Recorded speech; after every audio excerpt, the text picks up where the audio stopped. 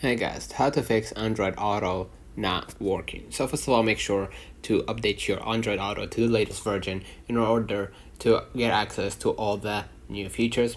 Perhaps this was the reason why you cannot access your Android Auto, right? Another way of doing it, make sure to go back to your screen and then go ahead to the settings and try to pin down connected devices, right? You can just look it up and make sure that Android Auto is connected, right?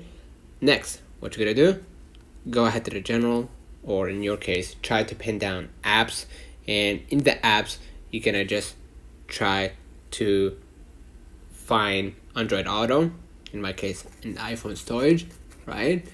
Because it's inclusive to all apps. Then go ahead and treat it like any other app. You're gonna upload the app or force stop and also clear permissions and re-download or re-pause it again.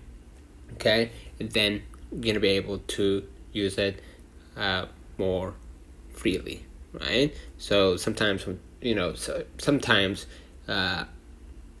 apps can stop working or can basically have this function, right?